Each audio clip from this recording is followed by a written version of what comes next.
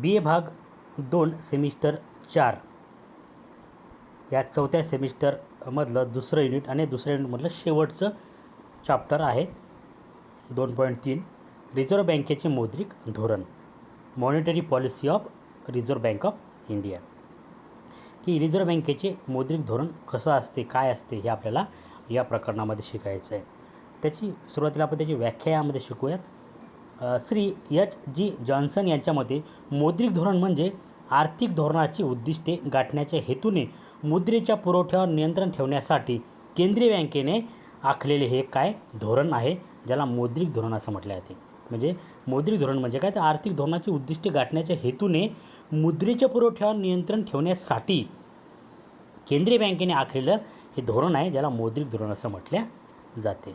Professor Paul आयजिन यांच्या मते मुद्राविषयक व्यवस्थेच्या कार्यामुळे मिळू शकणारे फायदे जास्त प्रमाणावर मिळता यावेत तसेच त्यामुळे होऊ शकणारे नुकसान न्यूनतम करता यावे.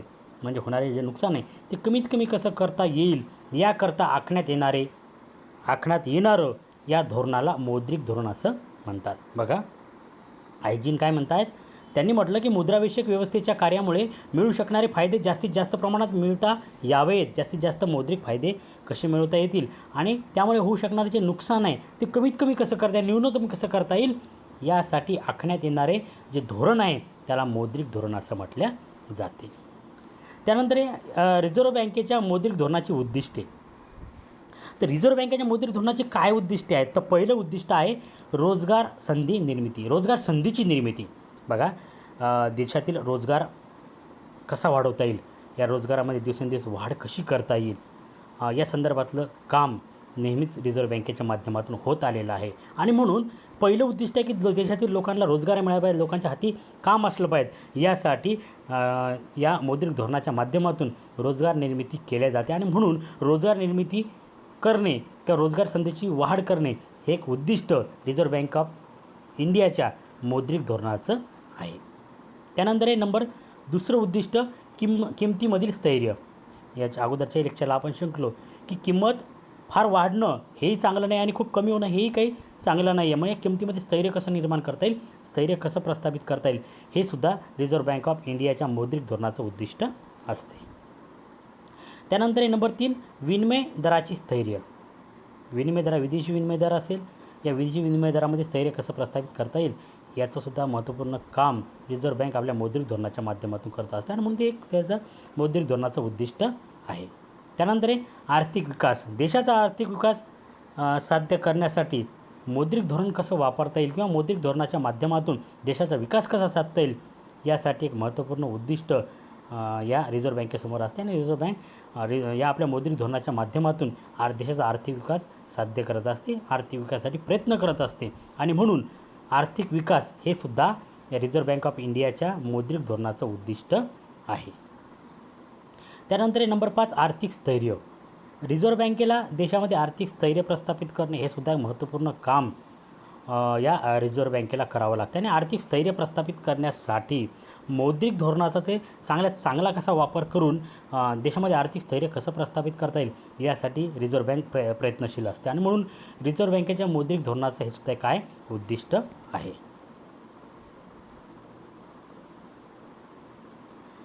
त्यानंतर आहे मौद्रिक धोरणाचे जे आपण उद्दिष्ट पाहिले त्यानंतर ते रिझर्व्ह बँकेच्या मौद्रिक धोरणाची व्याप्ती किंवा व्याप्ती किती आहे.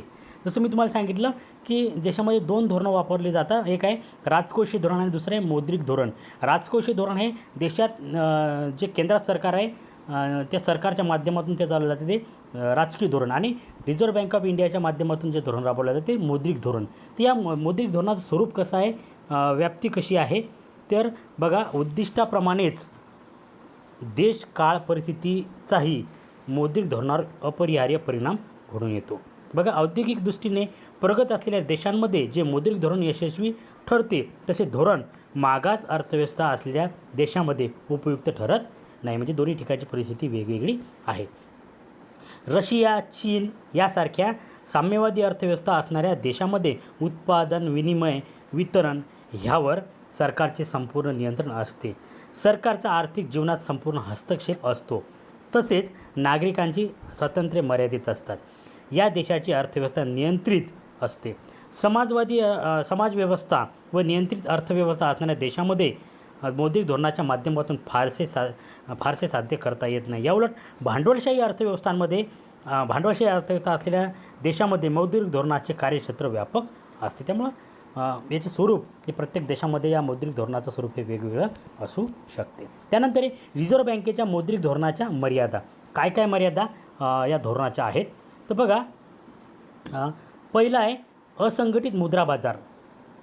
आपण म्हटलं की रिझर्व्ह बँकेच्या मौद्रिक धोरणाच्या मर्यादा काय तर पहिला आहे असंघटित मुद्रा बाजार. असंघटित मुद्रा बाजार बघा, जे संघटित आहे किंवा जे नोंदणीकृत आहे किंवा ज्यावर RBIचं किंवा देशाच्या रिझर्व्ह बँकेचं नियंत्रण आहे, अशा सगळ्याचा नियमन रिझर्व्ह बँक करू शकते. पण जे असंघटित क्षेत्र आहे, ज्याच्या नोंदण्या कुठेही झालेल्या नाही आहेत, असे जे काही गाव पातळीवर चालणारे जे व्यवहार आहेत किंवा जे मजूर आहेत की ज्याच्या नोंदण्या झालेल्या नाही आहेत, अशा ठिकाणी किंवा जे असंघटित सावकार आहेत यावर कोणत्याही प्रकारचं नियंत्रण या रिझर्व्ह बँकेचं नसते. आणि म्हणून या मौद्रिक धोरणाची ती एक मर्यादा येते की असंघटित क्षेत्राला हे नियंत्रित करू शकत नाही. त्यानंतर नंबर 2, केंद्रीय बँकेची अपुरी साधने व मर्यादित कार्यक्षेत्र. केंद्रीय बँकेची बऱ्याच वेळा साधने अपुरी असतात, त्यांच्याकडे साधने फारशी उपलब्ध नसतात. ही सुद्धा मर्यादा या केंद्रीय बँकेची असते आणि ती एक केंद्रीय बँकेची मौद्रिक धोरणाची मर्यादा म्हणून ओळखली जाते की त्यांच्याकडे साधनच उपलब्ध नसतात. तसंच मर्यादित कार्यक्षेत्र किती आहे, याचं नियंत्रण किती ठिकाणावर आहे, यावर सुद्धा मौद्रिक धोरणाची यशस्वीता अवलंबून असते. आणि म्हणून केंद्रीय बँकेची अपुरी साधने व मर्यादित कार्यक्षेत्र ही एक मर्यादा या मौद्रिक धोरणाला येते. त्यानंतर आहे नंबर 3, बँकिंग सवयीचा अभाव. काही देशामध्ये लोकांना बँकिंग सवयीच नसतात, बँकेच्या मार्फत व्यवहार करण्याच्या सवयी त्यांच्याकडे नसतात. अशावेळी लोक सगळे पैसे आपल्या घरीच ठेवतात किंवा आपल्या खिशामध्ये रोख स्वरूपात ठेवत असतात. मग अशा ठिकाणी केंद्रीय बँकेचं धोरण, रिझर्व्ह बँक ऑफ इंडियाचं मौद्रिक धोरण हे यशस्वी होऊ शकत नाही, कारण लोकांचे फारसे व्यवहार बँकांमध्ये नाही आहेत. आणि म्हणून ही सुद्धा एक मर्यादा या रिझर्व्ह बँकेच्या मौद्रिक धोरणाची येते. त्यानंतर नंबर 4, प्रत्यय मुद्रांचे मर्यादित प्रचलन. प्रत्यय मुद्रांचे मर्यादित प्रचलन. तर प्रत्यय मुद्रांचे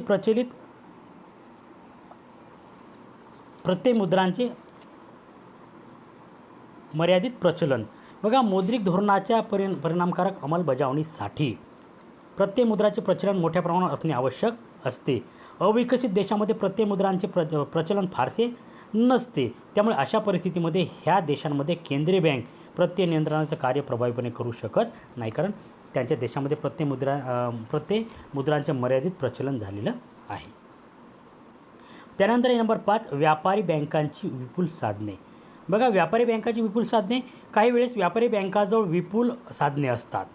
आपल्या व्यवहारांमुळे मिळविलेला भरपूर नफा व विपुल ठेवी यामुळे व्यापारी बँकाजवळ विपुल साधने असल्यास ह्या बँका केंद्रीय बँकेकडून कोणत्याही प्रकारच्या सहाय्याची अपेक्षा करत नाहीत.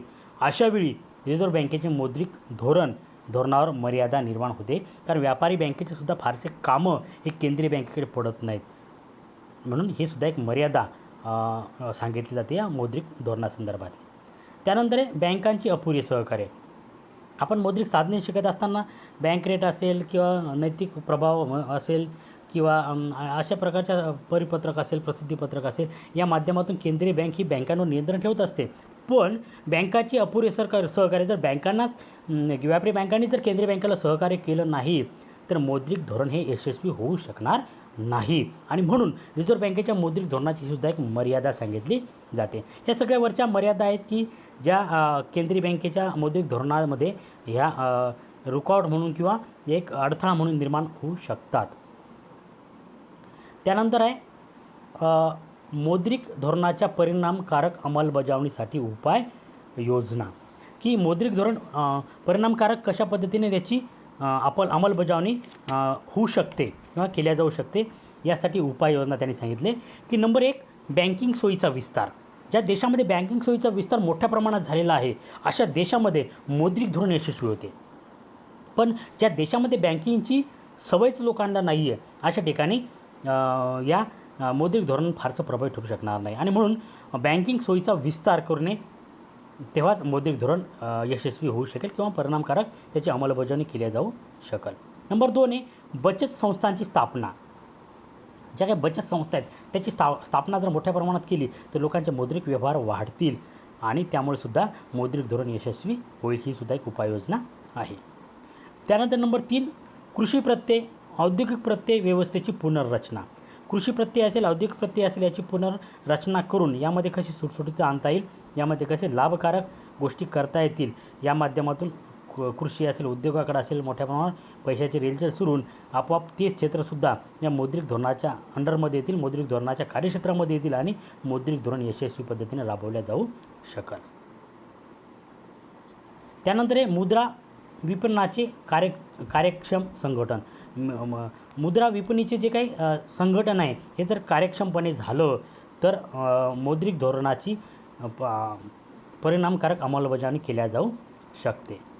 त्यानंतर नंबर 5 आहे मुद्रा विपणीच्या कार्यप्रणालीमध्ये सुधारणा.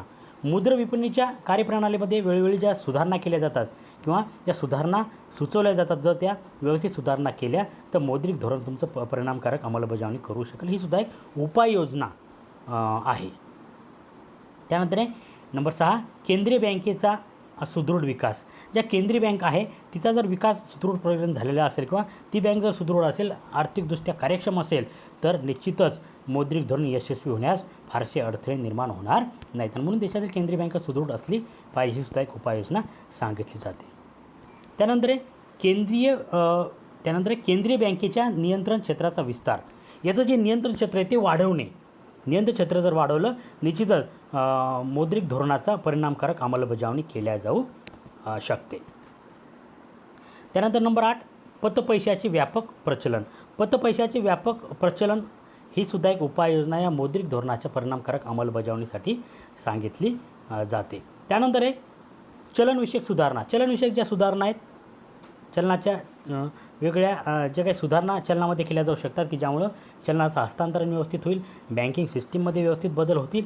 अशा प्रकारच्या सुधारणा करूनसुद्धा मौद्रिक धोरणामध्ये आपल्याला त्या मौद्रिक धोरणाची परिणामकारक अंमलबजावणी केली जाऊ शकते. ही सुद्धा एक उपाययोजना आहे की चलनविषयक सुधारणा करणे. एकूणच काय की मौद्रिक धोरण कोणत्याही देशाच्या आर्थिक विकासामध्ये एक महत्त्वपूर्ण भूमिका निभावत असते आणि म्हणूनच हे मौद्रिक धोरण जेवढं प्रभावीकारक असेल त्यावर त्या देशाचा विकास अवलंबून असतो. तर या मौद्रिक धोरणाची जी आपण उद्दिष्ट जर आपण पाहिली तर यावरून आपल्या असं लक्षात येते की देशाच्या सर्वांगीण विकासासाठी मौद्रिक धोरण यशस्वी होणे अत्यंत आवश्यक आहे आणि हे जेव्हा मौद्रिक धोरण यशस्वी होईल तर आपोआपच देशाच्या विकासालासुद्धा मोठ्या प्रमाणात चालना मिळू शकेल.